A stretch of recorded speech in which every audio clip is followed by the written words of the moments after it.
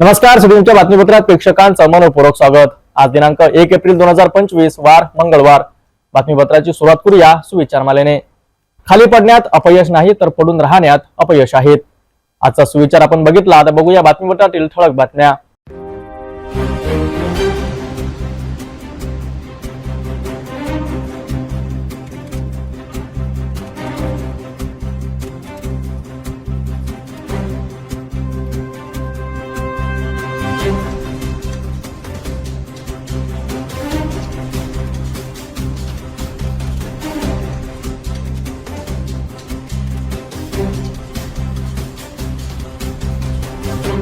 आपण ठळक बातम्या बघितल्या. आता घेऊया एक छोटासा ब्रेक.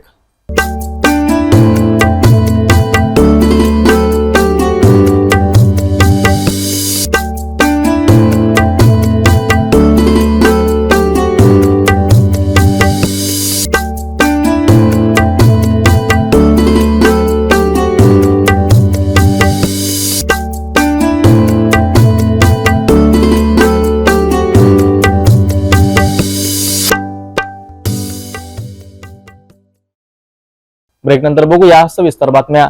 अमरावतीच्या मेळघाट भीषण पाणी टंचाईने हाहाकार माजवला आहे. उन्हाळ्याच्या सुरुवातीलाच गावोगावी पाण्यासाठी लढा सुरू झाला आहे. महिलांनी डोक्यावर हंडा घेऊन मैलोमैली चालावे लागत आहेत. लहान मुलं तहानलेली आहेत, जनावर तडफडत आहेत. पण प्रशासन गप्प का? टँकर नाहीत, नळ कोरडे, हातपंप रिकामी. लोकांना आता पाण्याविना जगण्याचा प्रश्न भेसावत आहेत. यावर सरकार आणि प्रशासन काय करतंय हा प्रश्न तितकाच गंभीर आहे जितकी लोकांची तहान.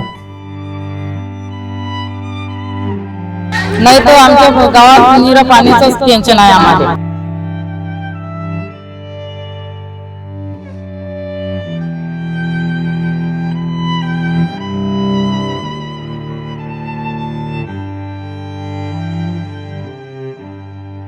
कायची मजुरी? पाणी सुधरू नाही देऊन राहिले, कशी मजुरी आणू आम्ही?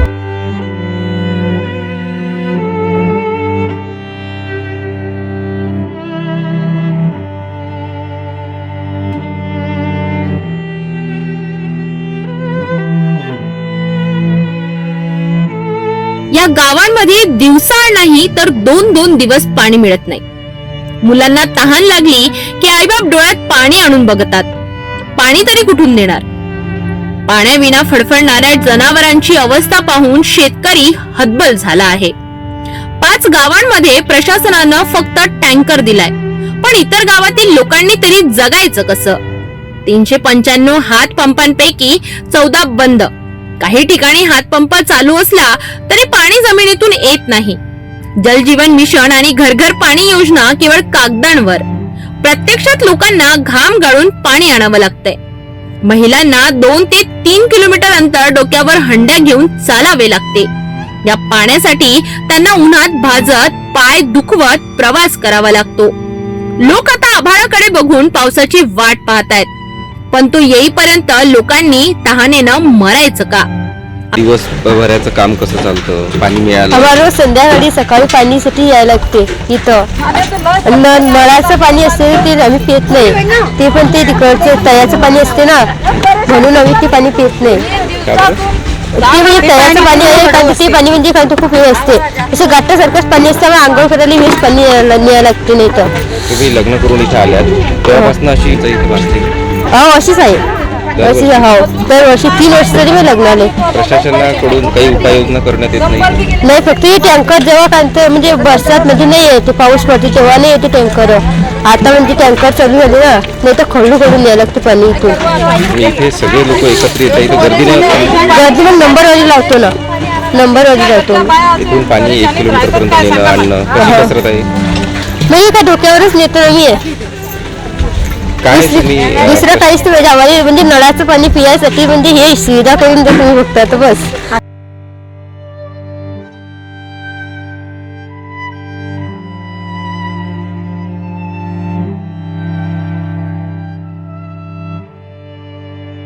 आमच्या बाळांना प्यायला पाणी नाही, आम्ही सरकारला किती वेळा सांगायचं?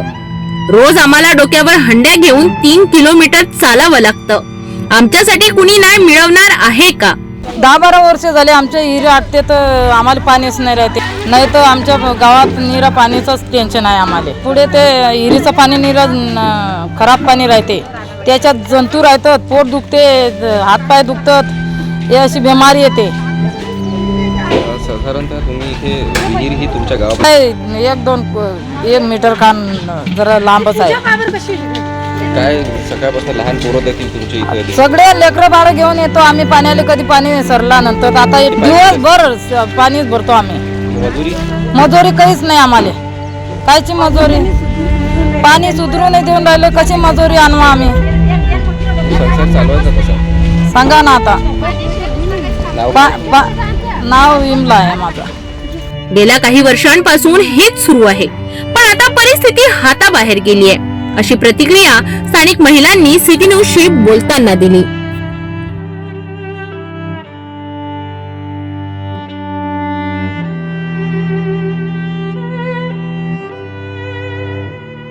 मेळघाटात आता पाण्यासाठी मरण्याची वेळ आली आहे. मुलं तहानलेली व्याकुळ आहेत, बायका उन्हात तळपळत आहेत, जनावर तळफळून मरत आहेत, पण प्रशासन शांत आहेत, सरकार गप्प आहेत. आता सरकारने लक्ष घालायचं की लोकांनी संघर्ष करायचा.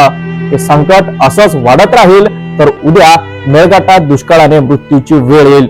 हे गंभीर आहेत. प्रशासनाला जाग येणार की नाहीत, संपूर्ण अपडेटसाठी पाहत रहा सिटी न्यूज.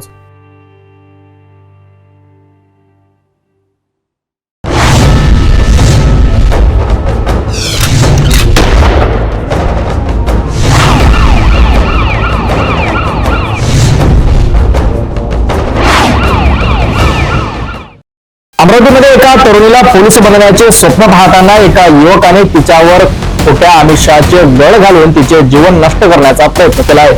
अमरावती शहरातील गाडगेनगर पोलिसांनी या गंभीर तक्रारीवर युवकांविरुद्ध गुन्हे दाखल करण्यात आले आहेत. पाहूया संपूर्ण रिपोर्ट. अमरावतीतील एक पीडित युवती जी पोलीस भरती सराव करीत होती, ती एका युवकासोबत चांगली मैत्री करू लागली. ती युवती पोलीस भरतीच्या सरावाकरिता अमरावती शहरात येऊन भाड्याच्या खोलीत राहत होती आणि त्याच वेळी तिची ओळख एका युवकासोबत झाली. युवकाने तिला सांगितले की तो इंजिनियर आहेत आणि 3 वर्षापासून ते दोघे चांगले मित्र बनले. युवकाने नंतर त्याच्या कुटुंबाबद्दल सांगितले की मी एकटा आहेत, माझ्याकडे शेती आहेत आणि मी तुझ्या सोबत लग्न करू इच्छितो, असे सांगून त्याने तिचे विश्वास संपादन केले. पण काही वेळाने युवतीला माहिती मिळाली की तो युवक प्रत्यक्षात इंजिनियरच नाहीत आणि त्याने तिला जास्त वेळ घालवायला भाग पाडले. युवकाने पुढे जाऊन तिला धमकावले की तुझे फोटो व्हायरल करेल आणि शारीरिक संबंध ठेवण्याची त्याने चक्क मागणीच केली. यावेळी युवतीने आधी त्याचा प्रतिकार केला, परंतु त्याच युवकाने तिला एका ठिकाणी बोलावून जबरदस्तीने शारीरिक संबंध ठेवले. या घटनेनंतर युवतीने गाडगेनगर पोलिसात तक्रार दाखल केली आणि युवकाविरोधात पोलिसांनी कलम 376(2) N 506 अंतर्गत गुन्हा दाखल केला. अमरावतीमध्ये घडलेल्या या धक्कादायक घटनेने एक गोष्ट स्पष्ट केली आहे. खोट्या आमिषांच्या आधारावर आपले भविष्य विकण्याचा प्रयत्न करणारे लोक समाजात अजूनही आहेत. युवकाच्या चुकीच्या वर्तनामुळे पीडित युवतीचे मानसिक आणि शारीरिक त्रास सहन करावा लागला. अशा घटना टाळण्यासाठी नागरिकांना सतर्क राहणे अत्यंत आवश्यक आहे. या प्रकरणात पोलिसांनी तातडीने कारवाई केली आहे आणि आरोपीला योग्य शिक्षा होईल अशी अपेक्षा व्यक्त केली जात आहे.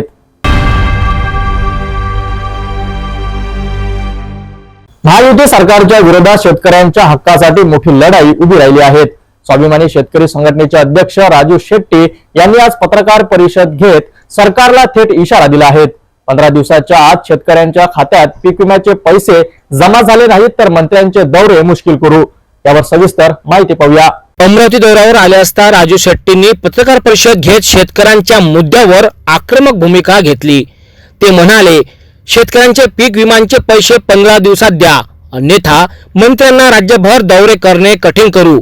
स्वाभिमानी शेतकरी संघटना रस्त्यावर उतरून महायुती सरकार विरोधात तीव्र आंदोलन करेल. या आंदोलनात बच्चू कडू आणि इतर शेतकरी नेते देखील सहभागी होतील. 4 दिवसापूर्वी कोल्हापूरमध्ये उपमुख्यमंत्री अजित पवार यांनी शेतकऱ्यांना सांगितले की 31 मार्च पूर्वी कर्ज फेडा, अन्यथा माफी नाहीत. या वक्तव्याने संतप्त झालेल्या राजू शेट्टींनी थेट सरकारला आव्हान दिले. शेतकरी 7/12 कोरा होणार की नाही? जाहीरनाम्यातील आश्वासनाचे काय झाले? दररोज 8 शेतकरी आत्महत्या करीत आहेत आणि सरकार क्रूरपणे दुर्लक्ष करीत आहेत. राजू शेट्टी यांच्या या थेट इशाऱ्यामुळे महायुती सरकार अडचणीत येणार का हे पाहणे आता महत्त्वाचे ठरणार आहे. 4 दिवसापूर्वी कोल्हापूरच्या दौऱ्यावर असताना राज्याचे उपमुख्यमंत्री तथा अर्थमंत्री अजितदादा पवार यांनी घोषणा केली की शेतकऱ्यांनी आता कर्जमाफीची वाट बघू नये, 31 मार्चात कर्ज भरावे. खरं तर गेली अनेक वर्ष अजितदादा हे राज्याचे अर्थमंत्री आहेत. त्यांना राज्याच्या आर्थिक स्थितीबद्दल खडानखडा माहिती असताना त्यांच्या महायुती विधानसभेच्या निवडणुकीमध्ये जाहीरनाम्याद्वारे या महाराष्ट्रातल्या शेतकऱ्यांना 7/12 कोरा करायचं आश्वासन दिलेलं होतं. त्या आश्वासनाचं काय झालं? खोटं आश्वासन का दिलं? शेतकऱ्यांचा विश्वासघात का केला? या प्रश्नाचं उत्तर त्यांना द्यावं लागेल. त्यांच्या या भूमिकेमुळं, सरकारच्या या भूमिकेमुळं राज्यातल्या 45 लाख कर्जदार शेतकऱ्यापैकी 23 लाख कर्जदार शेतकरी थकबाकीदार झालेले आहेत. त्यांना बँकांच्या नोटीस आलेल्या आहेत. त्यांना वेळेत कर्ज भरल्यामुळे जे 6% व्याज सवलत मिळते ती मिळत नाही. एवढं मोठं आर्थिक नुकसान झालेलं आहे. एका बाजूला हमी भावापेक्षा कमी किमतीमध्ये शेतकरी शेतीमाल विकायला लागलेला आहे. दररोज 8 शेतकऱ्यांच्या आत्महत्या होत आहेत आणि दुसऱ्या बाजूला अशा पद्धतीनं सरकार क्रूरपणानं शेतकऱ्यांच्या बरोबर वागत असेल. शेतकऱ्याच्या हक्काचा विमा सुद्धा त्याला मिळत नाही. खरीप संपून 3 महिने झाले तरी अजून विमा मिळत नाही. रब्बीचा तरी पत्ताच नाही. तेव्हा 15 दिवसाच्या आत जर का विमा कंपन्यांनी विम्याचे पैसे शेतकऱ्यांच्या खात्यावर जमा केले नाही तर मुंबईच्या त्यांच्या कॉर्पोरेट ऑफिसमध्ये घुसल्याशिवाय आम्ही सोडणार नाही. आणि जोपर्यंत सरकार शेतकऱ्याला कर्जमुक्त करत नाही तोपर्यंत आम्ही त्यांना सोडणार नाही. राज्याच्या मंत्र्यांना आता ग्रामीण भागामध्ये दौरे करणं मुश्किल करू, हा इशारा आम्ही याद्वारे देतो. शेतकऱ्यांच्या प्रश्नावरून राजकीय रणधुमाळी सुरू झाली आहे. तर महायुती सरकारने यावर तातडीने पावले उचलली नाहीत तर मोठे शेतकरी आंदोलन उभे ठेवू शकते.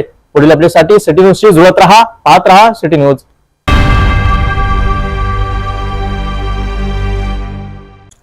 परतवाडा येथे ब्रिटिशकालीन ट्रॅक्टर दुर्लक्षित अवस्थेत. डॉक्टर पंजाबराव देशमुख कृषी संशोधन केंद्राच्या 7 प्लॉटमध्ये हे ऐतिहासिक ट्रॅक्टर आजही अस्तित्वात आहेत. पण 150-200 वर्ष जुने हे ट्रॅक्टर ऐतिहासिक ठेवा म्हणून म्युझियम मध्ये ठेवले जावे का, यावर चर्चा सुरू आहेत. चला पाहूया सविस्तर रिपोर्ट. याच प्रकारे ब्रिटिशकालीन नांगरणी ही सुद्धा इथे पाहायला मिळत आहे. त्यावेळची यंत्र कशा प्रकारे ती कामात पडत होते.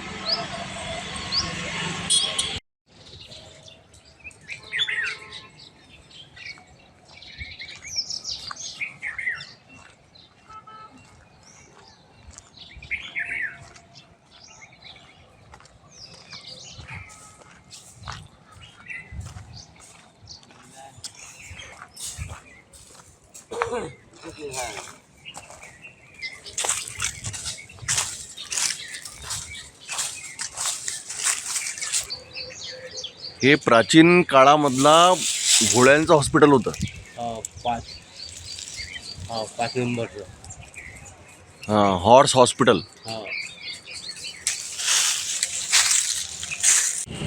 डॉक्टर पंजाबराव कृषी संशोधन केंद्र या अंतर्गत परतवाडा येथे डॉक्टर पंजाबराव कृषी संशोधन केंद्र आहे. आणि या केंद्रामध्ये ब्रिटिशकालीन ट्रॅक्टर इथे ठेवलेले आहेत. ब्रिटिश कालामध्ये म्हणजे 150 ते 200 वर्षापूर्वी ट्रॅक्टर कशा प्रकारे होते हे तिथे पाहायला मिळणार आहे. आणि विशेष म्हणजे हे ट्रॅक्टर आता कुठेतरी नवीन पिढीला बघायला मिळायला पाहिजे या प्रकारची मागणीसुद्धा होत आहे. आणि परतवाडा येथील DSP कॉलेजच्या बाजूला डॉक्टर पंजाबराव देशमुख संशोधन केंद्रामध्ये 800 वर्षापूर्वीचा एक घोड्याचा तबेलासुद्धा आहे. हे सुद्धा पाहण्यासारखं आहे. आणि या पुरातन काळच्या गोष्टी जपण्याची आवश्यकता आहे या प्रकारची मागणी होती. मी कॅमेरा पर्सन श्रीसोबत हितेश किल्लेदार, सिटी न्यूज, परतवाडा. ब्रिटिश काळातील कृषी उपकरणे वाचवली पाहिजेत का? जुनी यंत्रणा भविष्यातील संशोधनासाठी उपयुक्त ठरू शकते. म्हणूनच हे ट्रॅक्टर म्युझियम मध्ये जतन करण्याची गरज आहे. यावर तुमचे मत काय? आम्हाला कमेंट मध्ये नक्की कळवा.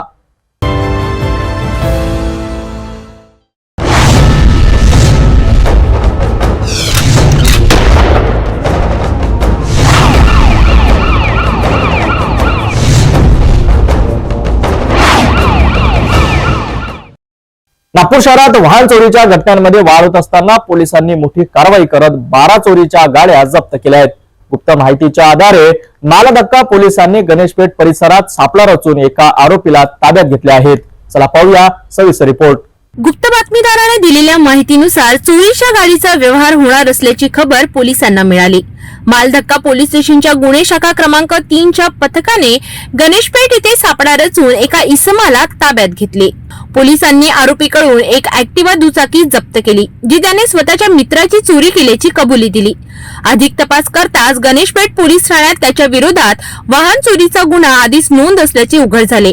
आश्चर्य म्हणजे त्याच्या गाडीच्या डिक्कीत इतर अनेक दुचाकींच्या चाव्या आढळून आल्या. पोलिसांनी कसून चौकशी केली असता आरोपीने अजून 11 गाड्या चोरल्याची कबुली दिली. आरोपीकडून एकूण 12 चोरीच्या गाड्या जप्त करण्यात आल्या. आरोपीवर यापूर्वीही वाहन चोरीचे 3 गुन्हे दाखल आहेत, अशी माहिती पोलिसांनी दिली. नागपूर शहरातील लकडापूर पोलीस चौकीच्या गुन्हे शाखेने ही धडक कारवाई केली आहे. आरोपी सध्या पोलीस कोठडीत असून चोरी झालेल्या वाहनांचा पुढील तपास सुरू आहे. पोलिसांनी नागपूरकरांना सतर्क राहण्याचे आवाहन केले असून आपल्या वाहनांची योग्य ती सुरक्षा राखण्याचा सल्ला दिला आहे. आम्हाला आज माहिती मिळाली होती की सचिन अतकरी हा चोरीची गाडी विकण्याच्या तयारीत आहे. त्या अनुषंगाने ट्रॅप लावला व त्याला मालधक्का पोलीस स्टेशन गणेशपेठच्या हद्दीमध्ये आम्ही पकडलं. त्याच्याजवळ एक ऍक्टिवा गाडी होती. त्यावर त्यास विचारलं असं त्याने स्वतःची गाडी चोरीची असल्याचे सांगितले. शहानिशा केला असं नमूद गाडीबाबत गणेशपेठ पोलिसांना गुन्हा दाखल होता. त्याची डिक्की चेक केली असता त्यामध्ये अशा बऱ्याचशा चाव्या आढळून आल्या. त्याबाबत त्याला विचारपूस केली असं त्याने सांगितले की मी इतरही गाड्या चोरलेल्या आहे व वेगवेगळ्या 2 ठिकाणी मी सदरच्या गाड्या ठेवलेल्या आहे.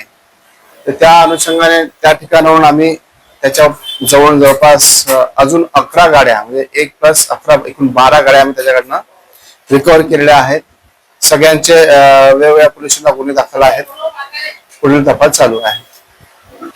आरोपी जो आहे तो जुनाच आहे. त्याच्यावर याच्या अगोदर वाहन चोरीचे 3 गुन्हे दाखल आहेत.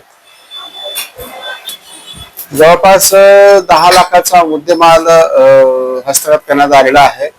आमचे माननीय डिटेक्शन श्री माकलकर साहेब, ACP श्री पाटील साहेब, आमचे PI साहेब काटोके आणि आमची टीम सर्वांनी याच्यात परिश्रम घेतलेले आहेत व नमूदचा गुन्हा उघडकीस आणलेला आहे.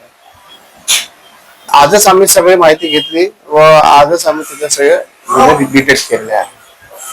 शहरातील वाहन चोरीच्या मोठ्या प्रकरणाचा पर्दाफाश पोलिसांनी केला आहे. तर चोरीच्या गाड्या खरेदी विक्री करणाऱ्या टोळींवर पोलिसांनी आता कडक कारवाई करणे सुरू केले आहेत. अशाच महत्त्वाच्या बातम्यांसाठी पाहत रहा सिटी न्यूज.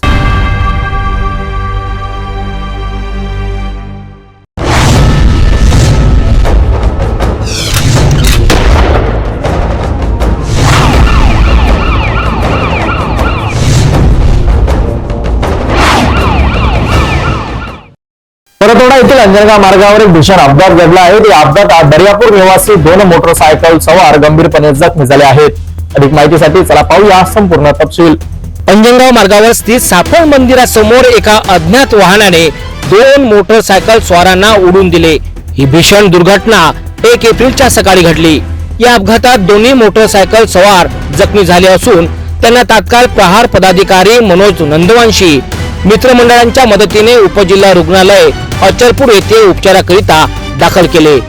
सदर घटनेची माहिती पोलीस स्टेशन परतवाडा यांना तात्काळ देण्यात आली असून पोलीस सदर अपघाताचा तपास करीत आहेत. या घटनेमुळे परिसरात भीतीचं वातावरण आता निर्माण झालं आहे. येथे परतवाडा येथील सापड मंदिरासमोर घडलेल्या भयंकर अपघाताची माहिती, पुढील तपास आणि घटनात्मक अपडेटसाठी सिटी न्यूजशी जुळत राहा. पाहत रहा सिटी न्यूज. भेटूया एका छोट्याशा विश्रांतीनंतर. शादी और ब्याह की शुरुआत, आराधना साड़ी के साथ. Aradhana wholesale shopping mall, L2 बीझलँड कॉम्प्लेक्स, नांदगाव पेठ, अमरावती, जवाहर रोड, अमरावती. विश्रांतीनंतर पुन्हा आपले स्वागत.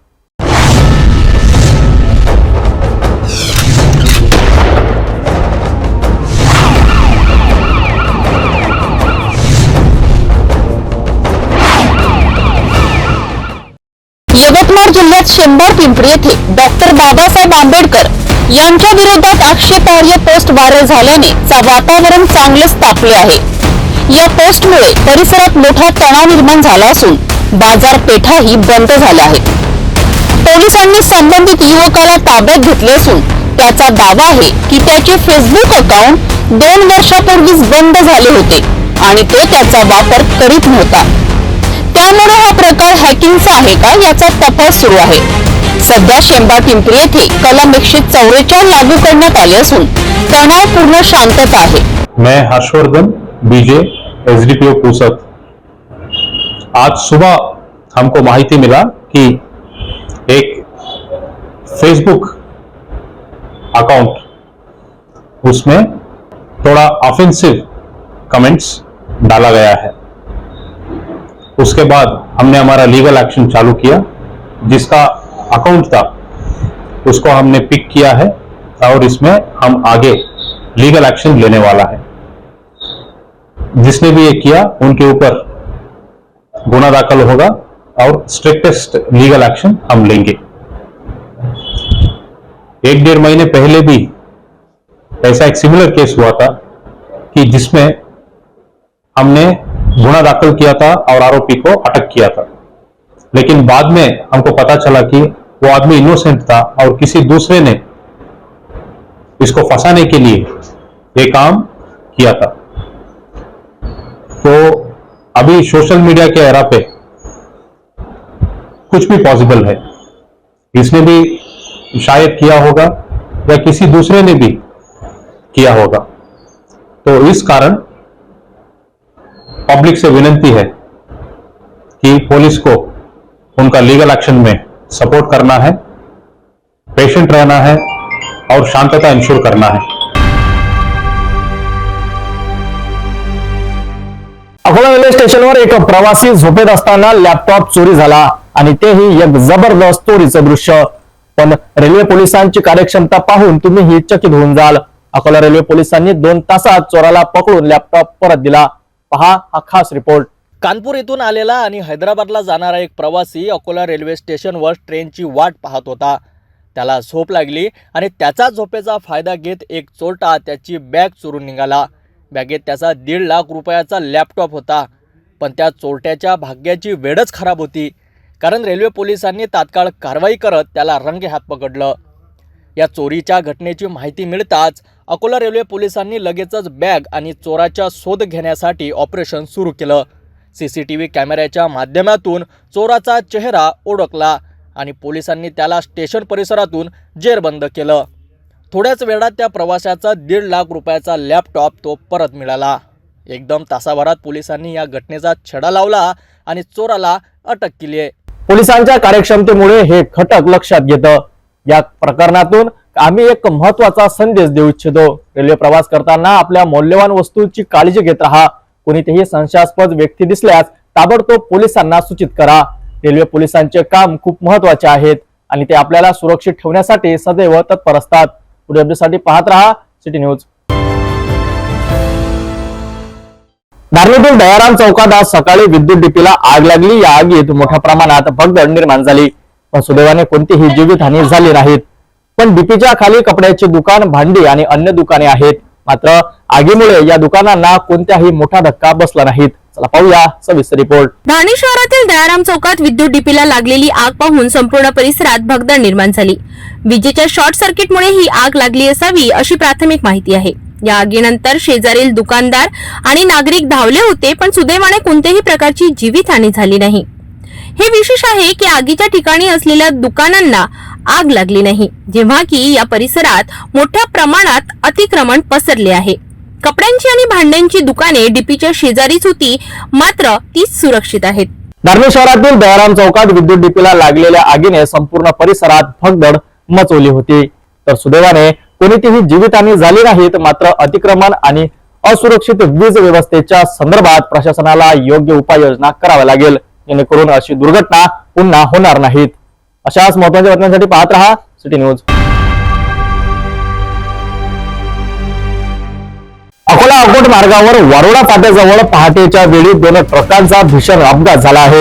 या अपघातात 2 व्यक्ती गंभीर जखमी झाले आहेत आणि 2 ट्रकांना मोठे नुकसान झाले आहेत. घटना घडल्यानंतर नागरिकांनी तातडीने मदतीचा हात पुढे केला आणि जखमींना रुग्णालयात उपचारासाठी दाखल करण्यात आले आहेत. अधिक तपास सुरू आहेत. चला पाहूया सविस्तर रिपोर्ट. या अपघातात दुसऱ्या ट्रकचा चालक आणि सहकारी गंभीर जखमी झाले आहेत. अपघाताच्या स्थळी मोठ्या प्रमाणात ट्रकचे तुकडे आणि तेल पसरले होते. घटना घडल्यानंतर तातडीने स्थानिक नागरिकांनी मदत केली आणि जखमींना रुग्णालयात पोहोचविले. वाहतूक काही वेळासाठी ठप्प झाली होती, मात्र पोलिसांनी त्वरित घटनास्थळी पोहोचून वाहतूक सुरळीत केली. दोन्ही ट्रकांना मोठे नुकसान झाले असून अपघाताचे कारण अद्याप स्पष्ट नाही. अधिक तपास सुरू आहे. अकोला अकोट मार्गावर आज सकाळी घडलेला भीषण अपघात एक गंभीर बाब ठरली आहेत.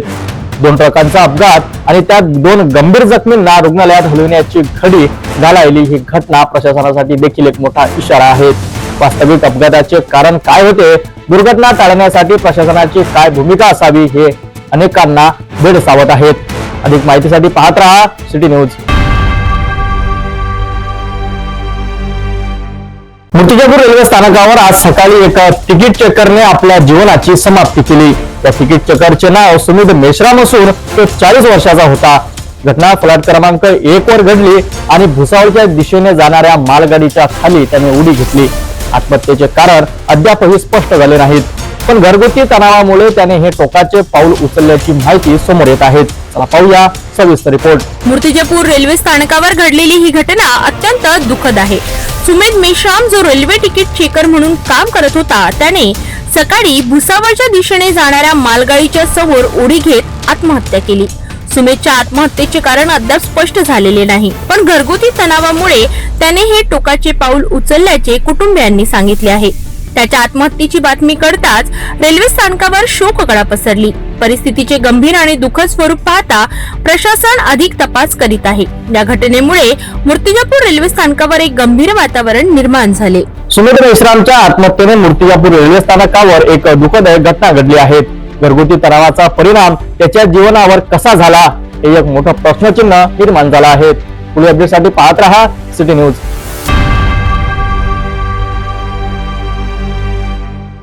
उन्हाचा पारा दिवसेंदिवस वाढत आहेत आणि पिण्याचा थंड पाण्याची गरज अधिकाधिक भासू लागली आहे. याच गरजेला लक्षात घेऊन नांदेड शहरात शिवसेनेच्या वतीने वाटसरूंसाठी मोफत थंड पाणपोई सेवा सुरू करण्यात आली आहे. नांदेड जिल्ह्यात उन्हाळ्यामुळे तापमान प्रचंड वाढले आहे आणि यामुळे पिण्याच्या थंड पाण्याची मागणीही मोठ्या प्रमाणात वाढली आहे. या पार्श्वभूमीवर शिवसेनेचे सहसंपर्क प्रमुख दर्शन सिंह सिद्धू यांच्या वतीने मोफत थंड पाणपोई सेवा सुरू करण्यात आली. या पाणपोईचे उद्घाटन मुख्य ग्रंथी बाबा कश्मीर सिंहजी यांच्या हस्ते पार पडले. उद्घाटन सोहळ्याला शिवसेनेचे आमदार बालाजी कल्याणकर आणि अनेक मान्यवर उपस्थित होते. विशेष म्हणजे मागील 13 वर्षांपासून दर्शन सिंह सिद्धू यांच्या वतीने नांदेड शहरातील वाटसरूंसाठी मोफत थंड पाण्याची सोय केली जात आहे. उन्हाच्या झळा कमी करण्यासाठी ही समाज उपयोगी सेवा अत्यंत महत्त्वाची ठरत आहे. यावेळी सिटी न्यूजच्या प्रतिनिधींनी जसपाल सिंह सिंधू यांची प्रतिक्रिया जाणून घेतली. सिद्धू यांच्यातर्फे गेल्या 13 वर्षापासून वाहेगुरु पाणपोईचं इथं नियोजन केलं जाते. थंड पाण्याची सेवा लोकांसाठी इथं केलेली आहे. यावर्षी हा 14वा वर्ष आहे.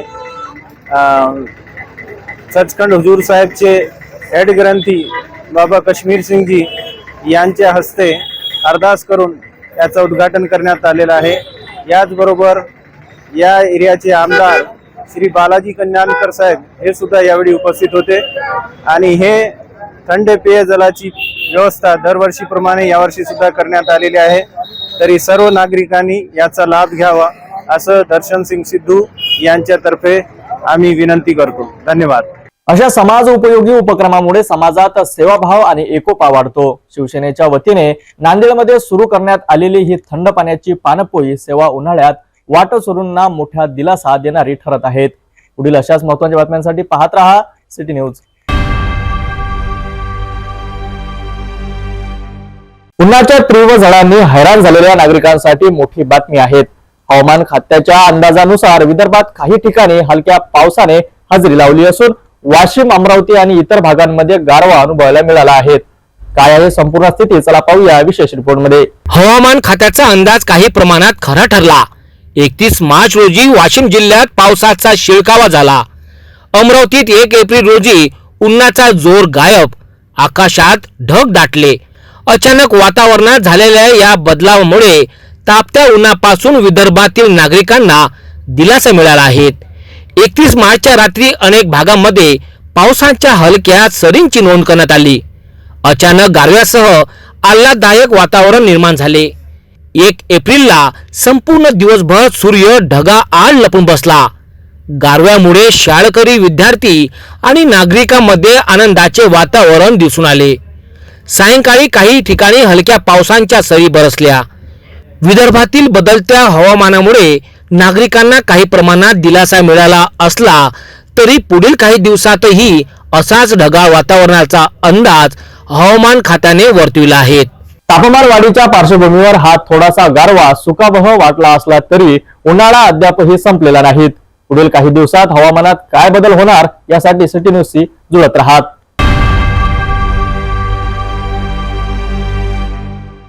ब्रेक नंतर बघूया सविस्तर बातम्या.